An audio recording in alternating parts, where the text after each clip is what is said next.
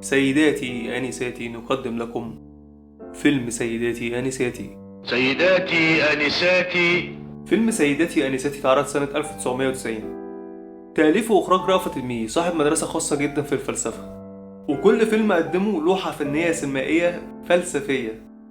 واحنا النهاردة قدام فيلم فلسفي من الدرجة الأولى.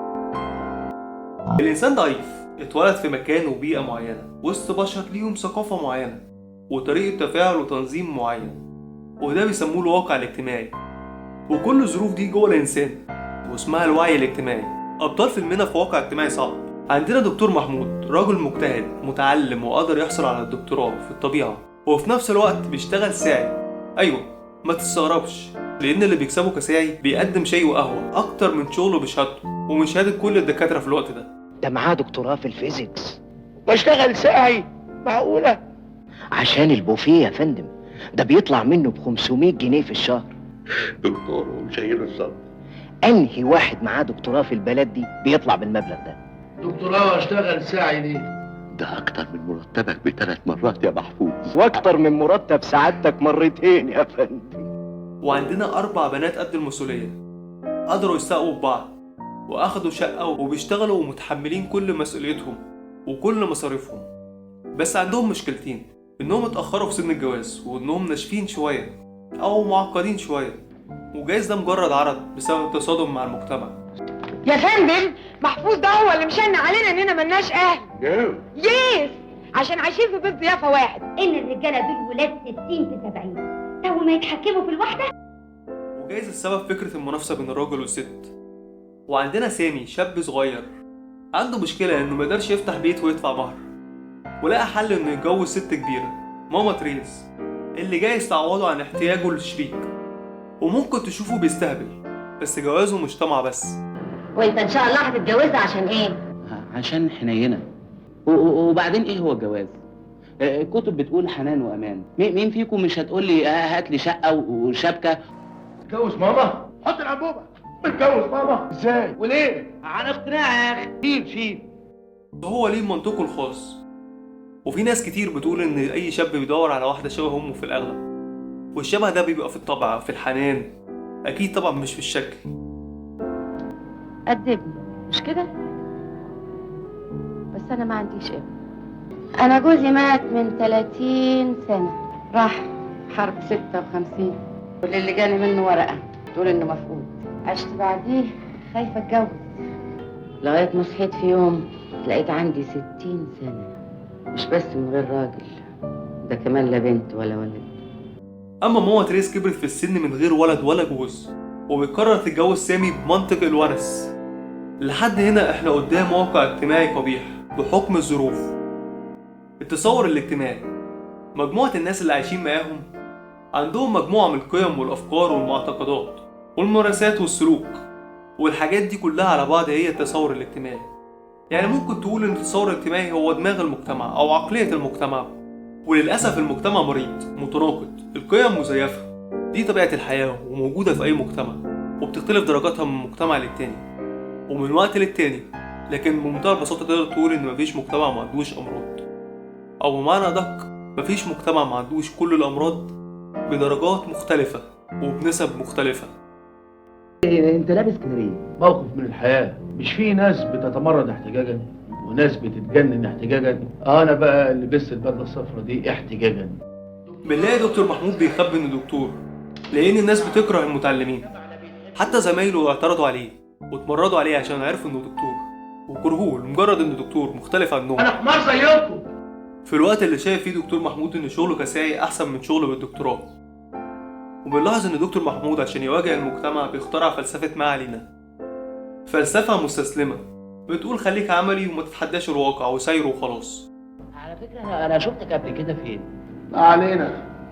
ايوه ما علينا، انا عرفتك. ايه انت الدكتور عبد البديع؟ انا حقيقي معايا دكتوراه، لكن في دي حمار. ما علينا.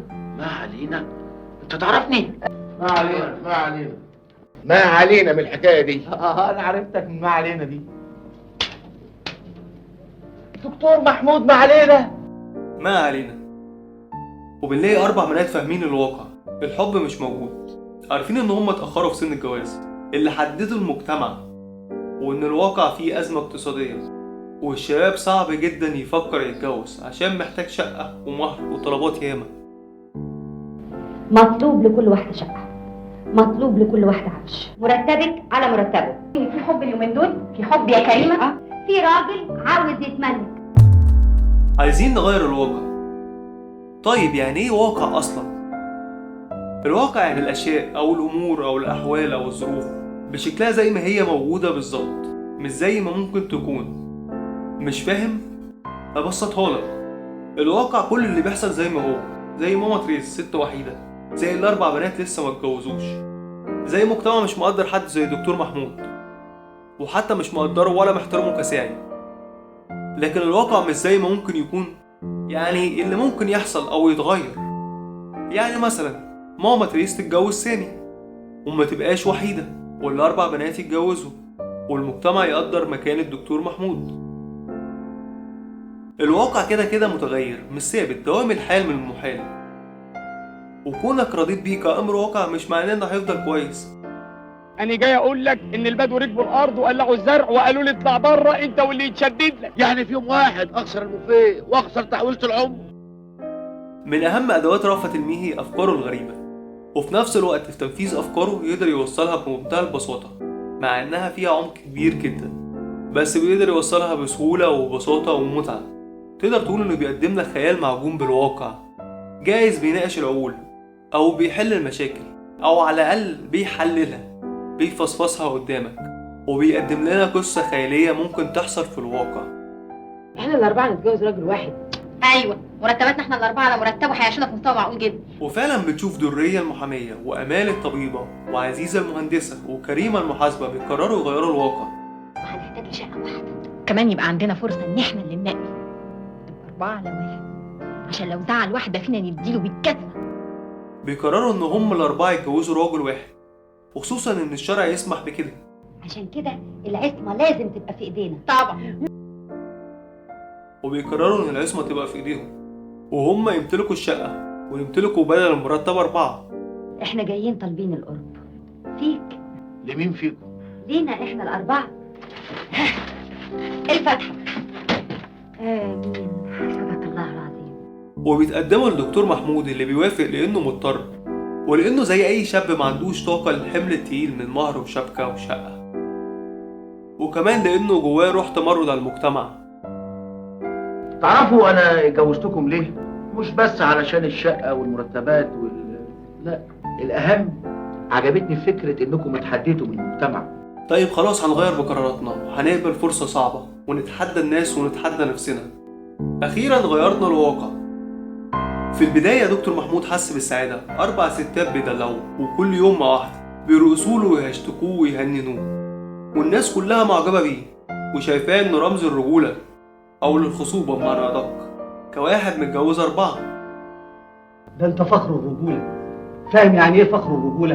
في بداية الخروج على المألوف بتبقى فيه لذة ومتعة غريبة، حتى لو مثلا شرب سجاير، بس بعد فترة بتنتهي اللذة وبتتحول لعادة وغالبا مفيهاش أي متعة، زيها زي أي حاجة بتعملها في حياتك.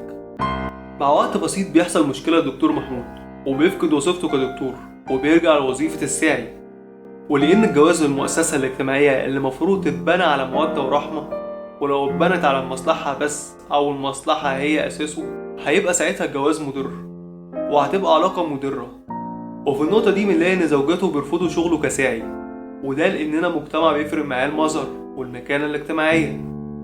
احنا لينا وضع اجتماعي. وضع اجتماعي؟ بسمة ده مجتمع ممكن يبقى فيه وضع لأي بني آدم. أنا النهاردة بشتغل بأسلوب النهاردة، لكن معايا شهادتي اللي تنفعني لبكرة. وبيدخلوا في مشاكل كتير لحد ما يوصلوا لحل مش بيرضي دكتور محمود، لكنه بصعوبة بيتقبله وبيقبل إنه يتحمل أعباء المنزل، يعني يبقى هو ست البيت. اسمع يا ابو حنفي، احنا مش كنا عايزين حد يتفرغ لشغل البيت؟ هو اقل واحد فينا في المرتب هو يتفرغ لشغل البيت. تبادل الأدوار. هي الستات مظلومة ولا لأ؟ طيب عشان تعرف محتاج تحط نفسك مكانهم، آسف قصدي بالتعقل مش بالتخيل الحرفي يعني. ورأفت الميهي بيطرح الفكرة دي. بنلاقي دكتور محمود بيتولى شغل البيت، وبالرغم من طبيعته كذكر لما بيتحمل عبء ربة المنزل بيقرب لمشاكلها وإحساس ربة المنزل اللي بيمتلكها، من الملل والكمكمة والنكد، وده بسبب الحياة الروتينية وعدم الإحساس بالتقدير. وبيستمر دكتور محمود في التنازلات، وللأسف لما تتنازل ده مش بيديك تقدير، بالعكس الناس بتشوف إن ده الطبيعي. يعني كل ما هتتنازل كل ما هتوصل لخرا، عفوا هتوصل لإهانة. المشاركة يعني شوية عليا وشوية عليك. دكتور محمود بيبتدي يتمرن زي أي ربة بيت، والأول مرة يركب مبدأ ما علينا. ما علينا هو تقبل الأمر الواقع ومحاولة التكيف. والله يا سام يظهر ان فلسفه ما علينا دي مشكوك فيها. ما علينا ازاي الكلام ده وانت اللي بداها؟ وانا برضو اللي مهري بيها يا سام. وبيبدأ تمرده بتكرار نفس الطبخ، ما بيغسلش الهدوم، ما بيكويش الهدوم، باختصار بيقلل من أدائه في أعمال البيت. ودكتور محمود ومراتاته الأربعة مشاكلهم بتكتر، لكن زوجاته بيوصلوا لحل إنهم يأدبوه من خلال إنه يجيبوا له ضرة. هتقولي إزاي؟ هما كأربعة، 2 هيطلقوه و2 هيفضلوا على ذمته. اللي هيطلقوه هيتجوزوا واحد تاني يبقى ضرة ليه في نفس البيت. احنا بقى هنتجوز عليه ازاي وده محرم شرعا وقانونا يا باشا؟ 2 مننا يطلقوه يتجوزوا راجل تاني يقعد معاه في الشقة ويطلق مين؟ 2 ستات لراجل و2 ستات لراجل تاني عشان الراجلين يتنافسوا مع بعض كدرتين. لكن الأربع بنات مع الوقت خطتهم بتفشل لما الدرتين الرجالة بيقرروا يعاقبوهم. سمعتوا اخر خبر؟ مش فتحي هيتجوز 4، هيتجوز 2 كمان. الكلام ده حقيقي؟ ومحمود هيتجوز على عزيزة وكريمة 2 كمان. وبعدها بيقرروا يطلقوهم، وفي الآخر طبعا كان لازم الجواز ده يفشل لأنه مبني على المصلحة. قبولك بالأمر الواقع أو عدم قبولك مش هو اللي هيغير الواقع. لاحظ لو قدرت تغير الواقع بشكل غبي ده مش هيبقى تغيير للأحسن، مجرد شلت معيز وحطيت خرفان. قد تظن ان المجتمع ذكوري، دي فكرة غلط. المجتمع مش بيراعي الأضعف، الأقوى هو اللي بيختار وهو اللي بيتحكم، ويمكن عشان كده يبان مجتمع ذكوري، وده جزء من الحقيقة. لكن المشكلة في الأقوى، في مجتمع فيه مشاكل ياما. لازم تحط نفسك مكان غيرك عشان تفهمه، تفهم إحساسه وأفكاره، ولازم تحب لأخوك اللي بتحبه لنفسك.